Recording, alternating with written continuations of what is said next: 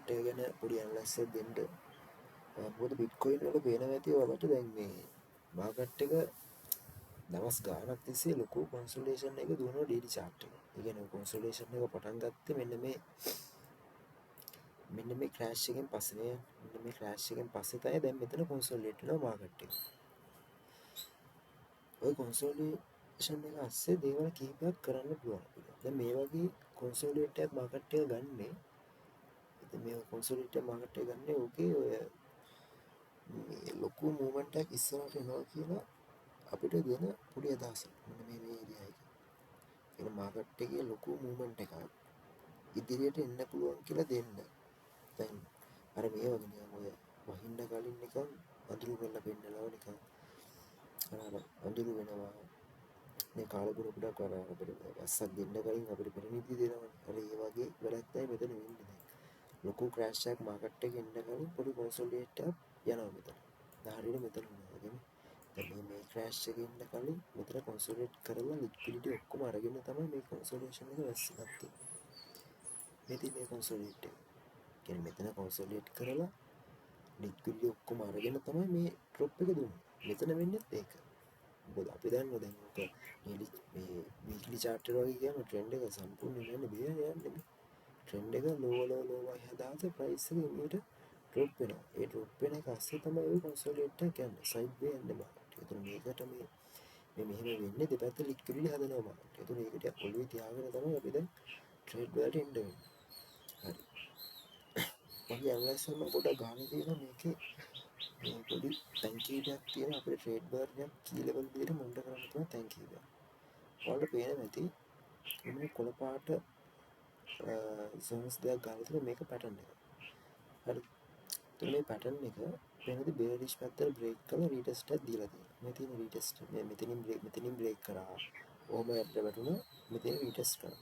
ඊට පස්සේ අද මාකට් එක.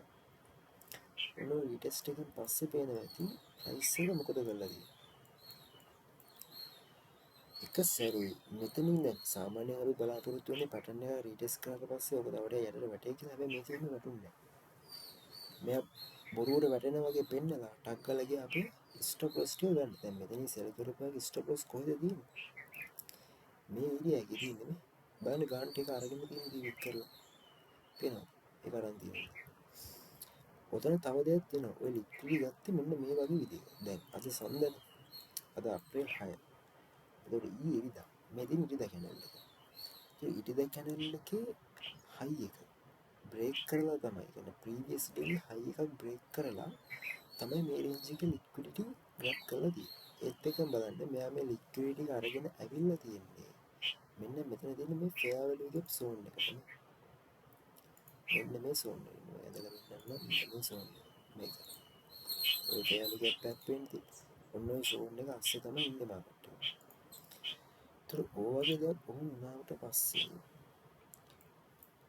අපිට බලාපොරොත්තු වෙන්න පුළුවන් ඇත්තටම සෙල් එකක් නේ. මොකද මාකට් එකේ ඉන්න සෙලර්ස්ලා තමයි ඉන්නේ ලික්විඩිටි විදියට. මේ තැන් වලින් සෙල් ඕඩර්ස් දාපුවා දැන් මේ අද සෙල් කරන අය ඉන්නවා. අද සෙල් කරපුවාත් මේ ට්‍රැප් කරලා තියෙනවා. මේ වික් කරලා නේ තියෙන්නේ උඩට. ඒතර එයාලා සෙලර්ස්ලා ගොඩක් අයින් වෙනවා මාකට් එකේ. ඒතර මාකට් මේකර්ස්ලා සමහර විට ප්‍රයිස් එක මෙතනින් යටට මෙහෙම වටන්න පුළුවන්. අඩුව මේ වගේ රේන්ජ් එකක් දක්වා ඩ්‍රොප් වෙන්න පුළුවන් ප්‍රයිස් එක.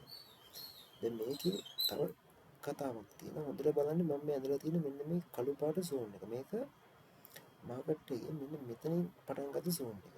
මේක මෙතනින් පටන් ගත්තා මෙතනින් බ්‍රේක් කරා. ඊට පස්සේ බලන්න හරියටම ආයේ ඒ සෝන් එකෙම රිජෙක්ට් වෙනවා. ආයෙ ආවේ ඒ සෝන් එකටම බලන්න ඒ සෝන් එකෙන් මොකද කරලා තියෙන්නේ? ලික්විඩිටි විදියට අපිව ට්‍රැප් කරලා තියෙන්නේ මේ ට්‍රේඩර්ස්. ඒතකොට මේක හොඳ රෙසිස්ටන්ස් එකක්. මෙතනින් මාකට් එකේ ඩ්‍රොප් එකක් එන්න පුළුවන්. ඒ ඩ්‍රොප් එක සීමා වෙන්න පුළුවන් එක්ක මෙන්න මේ රේන්ජ් එකට හෝ තව මෙන්න මේ වගේ තැනකට වැටෙන්න පුළුවන්. ඊළඟ කතාව. හැබැයි මේකේ තාම දැන් අපිට තාම මෙතනින් වැටෙනවා කියලා කන්ෆර්ම් කරලා නැහැ. මොකද හොඳට බලන්න දැන් මාකට් එක ලික්විඩිටි ගත්තා. ටක් ගාලා ප්‍රයිස් එක යනට ආවා. දැන් ඔයාම නිකන් හිතලා බලන්න. ඔයාට පැහැදිලිවම පේනවා මෙතන ටිකක් හොඳට සෙල් කරන්න පුළුවන් සෝන් එකක් කියලා ඔයාට හිතෙනවා. ඒතර ඔයාගේ සෙටප් එක අනුව ඔයා ට්‍රේඩ් ගන්නවා. ඒතර ගන්න වෙන්නේ ෂෝට් නේ. ඉතින් බයි කරන්න බෑනේ. ෂෝට් පැත්තට කන්ෆර්මේෂන් බලනකොට ඔයා නිකන් ඉඳලා ඔයාගේ ස්ටොප් ලොස් එක කොයි හරියට වගේ සෙට් වෙයිද? සාමාන්‍යයෙන් ඔයාගේ තියෙන දැනුමත් එක්ක ඔයා කොතනද දායිද? දැන් මම නිකන් හිතුවක මම දැම්මොත් මම ටක් ගාලා මෙතන තමයි ස්ටොප් එක දාන්නේ. අන්න ඔහොම ස්ටොප් ලොස් දාන එක මොකද වෙන්නේ? මාකට් මේකර්ස්ලා අපිව ට්‍රැප් කරන්න පාවිච්චි කරනවා. ඔය දැන් මම මේ වීඩියෝ එක කරන අතරතුර වෙනදී ප්‍රයිස් එක පොඩ්ඩක් උඩට එනවා. මොකද අර මේ මෙන්න මෙතන මේ සෙල් කරලා තියෙන සෙට් එකක් වෙන බලන්න යාළුවා ට්‍රැප් කරන දේ මාකට් එක මේ වික් කරන මේ උඩ මාකට් එක පොඩ්ඩ එන මේ එන්නේ ඇයි? මාකට් මේකර්ස්ලා දන්නවා මට සෙල් මෙතනත් මම සෙල් කරලා මෙතනත් සෙල් කරලා මෙතනත් සෙල් කරලා එන ස්ටොක් ටික මෙතනයි මේ විග් එක උඩයි තියෙන්නේ. හොඳම දේ මෙන්න මේ විග් එක ගන්නකම් ඉන්නේ. මේ විග් එක අරගෙන මෙන්න මේ විදිහට මාකට් එක ටක් ගාලා යටට එන්න ඕනේ. කියන්නේ දැන් මේ ඇවිල්ලාදී මේ ආවේ වික් කරලා ටක් ගාලා යටට වැටුණානේ. අන්න ඒ විදිහටම මාකට් එක එනකම් පොඩ ඉවසීමෙන් බලාගෙන ඉන්න. ඒ කියන්නේ මෙතනට මාකට් එක ගියා ඔන්නම ටක් ගාලා යටට වැටුණා මේ වගේ. එහෙම බලන්න කියන්නේ ඒකට කියනවා අපි වැලිඩ් ලික්විඩිටි ග්‍රැෆ් එකක්. මොකද හරියට ලික්විඩිටි ග්‍රැෆ් හොඳට හරි විදියට මාකට් මේකර්ස් ලික්විඩිටි අරන් ට්‍රෙන්ඩ් එක අනිත් පැත්තට චේන්ජ් කරා කියලා අපිට හොයාගන්න පුළුවන් හොඳ සයින් එකක්. වික් කරා ඉමීඩියට්ලි රිජෙක්ට් වෙනවා අනිත් පැත්තට. විරුද්ධ පැත්තට. ඒ කියන්නේ බයි සයිඩ් පැත්ත නම් ගත්තේ සෙල් සයිඩ් පැත්තට යන්න ටක් ගාලා රිජෙක්ට් වෙනවා. අන්න ඒක මෙන්න මෙතන බලන්න. මගේ පළවෙනි ඉඟි ඕක.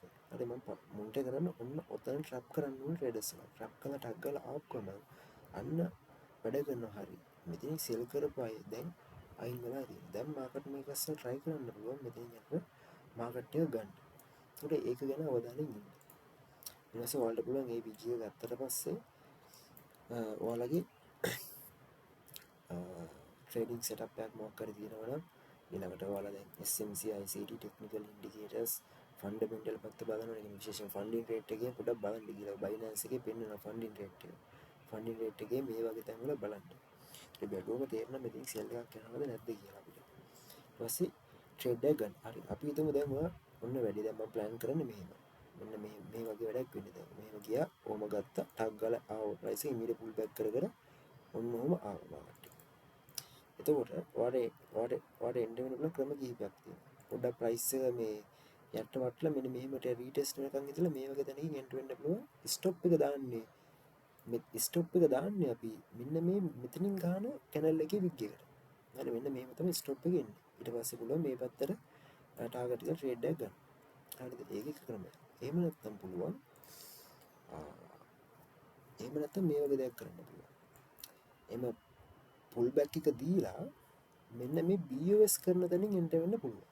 ඔන්න ඊළඟ එන්ට්‍රි මෙතඩ් එක. මේක සාමාන්‍යයෙන් මමත් පාවිච්චි කරනවා. මොකද අර එහෙම කරාම සාමාන්‍යයෙන් ලොස් වෙන්න තියෙන ප්‍රවණතාවය තමයි අඩු වෙන්නේ. ලොස් වෙන්නේ නැහැ කියන එක නෙමෙයි. මෙන්න මේ වගේ තැනකින් තිබ්බා SL එක ඊපස්සේ ට්‍රේඩ් එක ඇල්ලුවා. ඔයා එකට දෙකද ඒක ගන්නට මේන්ටේන් කරා යටට. හරිද? දැන් ඔයා සාමාන්‍යයෙන් පෞද්ගලිකව ඔයාට බැක් ටෙස්ට් කරලා හොයාගත්තා මේ සෙටප් එකට එයා වැඩ කරනවා කියලා ඔයාට දන්නවා. ඔයා කරන්න දෙන්නේ ඒක මේකේ මාකට් එක නිර්මාණය වෙනවද ඒක හැදෙනවද ඒක චෙක් කරලා ට්‍රේඩ් එකක් ගන්න. ඔතන ඔය සෙල් එකේ කතාව ඕක තමයි තියෙන්නේ. හරිද? ඊළඟ සීන් එක. දැන් අපි හිතමු දැන් සෙල් වුණා කියලා. දැන් මම කියන්නේ උතනින් අනිවාර්යෙන් සෙල් වෙනවා කියන කතාවක් නෙමෙයි. මේක අනිවාර්ය කතාවක් නෑ නේද තේරෙනවද? මම කියන්නේ මේක සෙල් එකක් එන්න ප්‍රවණතාවයක් තියෙනවා. හරි සෙල් වුණා කියන්නේ කොතනද විතර වහිද මාකට් එක. ඔයාලට පේනද මම ඇඳලා තියෙන පොඩි මේ නිල් පාට ලයින් එක. මේ ඇඳලා තියෙන්නේ මේ මෙතන හදපු ෆෑවලු ගැප් එකේ මිඩ් ලයින් එක. මැද. ඕකට කියනවා ඉක්විලිබ්‍රියම් කියලා.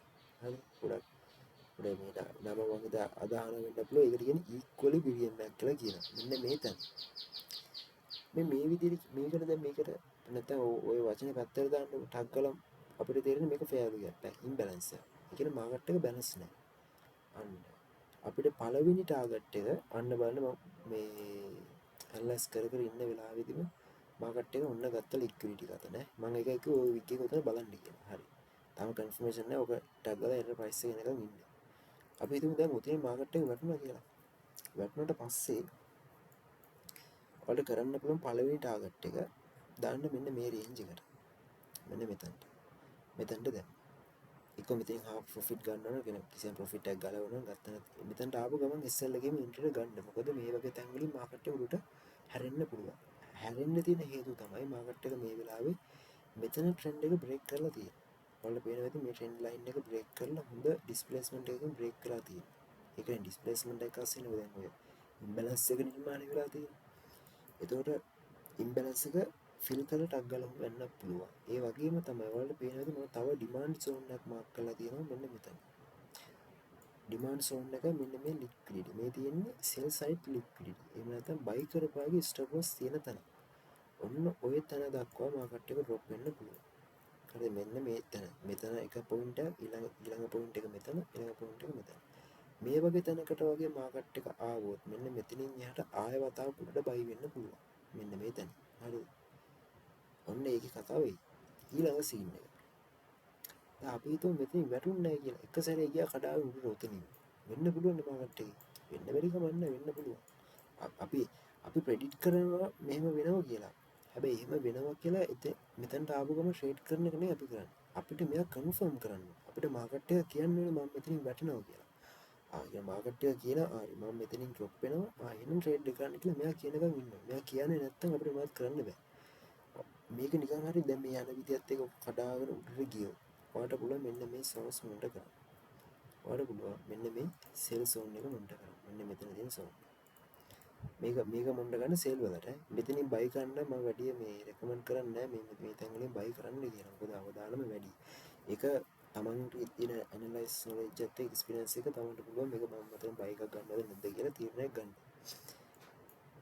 මේ එක සැරේ ආවොත් මෙන්න මෙතන බලන්න මේ සෝන් එක. මේ සෝන් එකෙන් සෙල් බලන්න ආය මෙන්න මේ සෝන් එක මොන්ට කරන්න. ඕක තමයි මට දැනට බිට්කොයින් වල තියෙන එක. ටිකක් පළවෙනි දේ දැන් බිට්කොයින් මාකට් එක ටිකක් අර ඇනලයිස් කරන්න එක දැන් ටිකක් සංකීර්ණ වෙලා තියෙනවා. හේතුව මාකට් එක සයිඩ් වේ යන්නේ. ඒතර අපි සයිඩ් වේ එක අස්සේ තමයි ට්‍රේඩ් කරන්නේ. ඒකයි භයානක. සාමාන්‍යයෙන් සාමාන්‍යයෙන් ඔය මේ ප්‍රොෆෙෂනල් ට්‍රේඩර්ස්ලා මේ සයිඩ් වේ අස්සේ ට්‍රේඩ් කරන්නේ නැහැ. එයාලා බලන්නේ හරියට කොහෙටද ලික්විඩිටි ග්‍රැබ් වෙන්නේ. කොහෙද ස්ටොප් ටික හන් කරන්නේ එතකන් ඉවසීමෙන් ඉන්නවා. ඒක තමයි එයාලගේ ක්‍රමය. අපි ඉතින් එහෙම කරන්නේ නැහැ. අපි ඉතින් මොකක් හරි කන්ෆර්මේෂන් එකක් හරි සෙටප් එකක් හම්බෙච්ච ගමන් අපි ට්‍රේඩ් එකක් ගන්න වෙනවා. ඒකත් මනි මැනේජ්මන්ට් එකක් ඇතුව හරියට රිස්ක් එක මැනේජ් කරලා ගත්තා නම් යන උස් එක තමන්ට ප්‍රශ්නයක් නැත්තම් ට්‍රේඩ් එකක් ගත්තට ගැටලුවක් නැහැ. හැබැයි දැන් පොඩ බිට්කොයින් මාකට් එක අර දැන් අපි වෙන ඕල්ඩ් කොයින් එක ඇනලයිස් කරනවා වගේ නෙමෙයි ටිකක් සංකීර්ණයි අයිඩියා එකක් ගන්න. මොකද මාකට් එක කොන්සොලිඩේට්. මේකේ අදහස සරල අදහස. මාකට් එකේ ලොකු මූවමන්ට් එකක්, ලොකු ක්‍රෑෂ් එකක් බයි සයිඩ් පැත්තට හරි වේවා, සෙල් සයිඩ් පැත්තට හරි වේවා එනවා කියලා තමයි මේ කියාගෙන යන්නේ. එහෙනම් ඒක අවධානයෙන් හිටියම හරි. ඒතර අද ඇනලයිස් එකේ කතාව ওই ටික තමයි මට දෙන්න තියෙන්නේ. දැන් පේනද ඔයාලට මේ ලයිව් මාකට් එක අර විදිහට ගත්තා. ඔතන බලන්න පළවෙනි දේ කැනල් නම් ක්ලෝස් වෙන්නේ නැතුව කැනල් ක්ලෝස් වෙන ඒවා වැඩි වෙන හිතන්න යන්න එපා. වික් කරලා එනවද කියලා. අඩුම මේ වික් එකට යටින්වත් පොඩි එක අස්සින් ක්ලෝස් වෙනවද බලන්න. මේ වගේ ක්ලෝස් වුණොත් නම් දැන් පොඩි ටයිම් ෆ්‍රේම් වලම ක්ලෝස් වෙන එක නෙමෙයි ප්‍රශ්නේ තියෙන්නේ. හයර් ටයිම් ෆ්‍රේම් එකක තියෙන 4 hour කැනල් එක දැන් මේ යන 1 hour කැනල් එක වගේ ක්ලෝස් වුණොත් පොඩි ගැටලුවක් තියෙනවා. ඉතින් සෙල් වෙද නැද්ද කියලා. ඒකයි කියන්නේ මෙයා කන්ෆර්ම් කරනකම් ඉන්න. කන්ෆර්ම් කරන්නේ නැත්තම් ට්‍රේඩ් කරන්න එපා. මම කිව්වා වගේ මේක එක සයින් උඩ බයි වුණොත් මෙන්න මේ සෝන් එක මොන්න කරා. මොකද ඒ සෝන් එකෙන් මේ බයි වෙන්න තියෙන chance එක වැඩි. මම සෙල් වෙන්න තියෙන chance එක වැඩි. මොකද අර මෙතන ඔක්කොම ලික්විඩිටි අරගෙන මේ සෝන් එකට එන්නේ. ඒ නිසා මෙතන මොන්ට කරාම හරි. ඒතර අද කතාව එච්චරයි නේද? අපි ඊළඟ වීඩියෝ එකෙන් හම්බෙමු.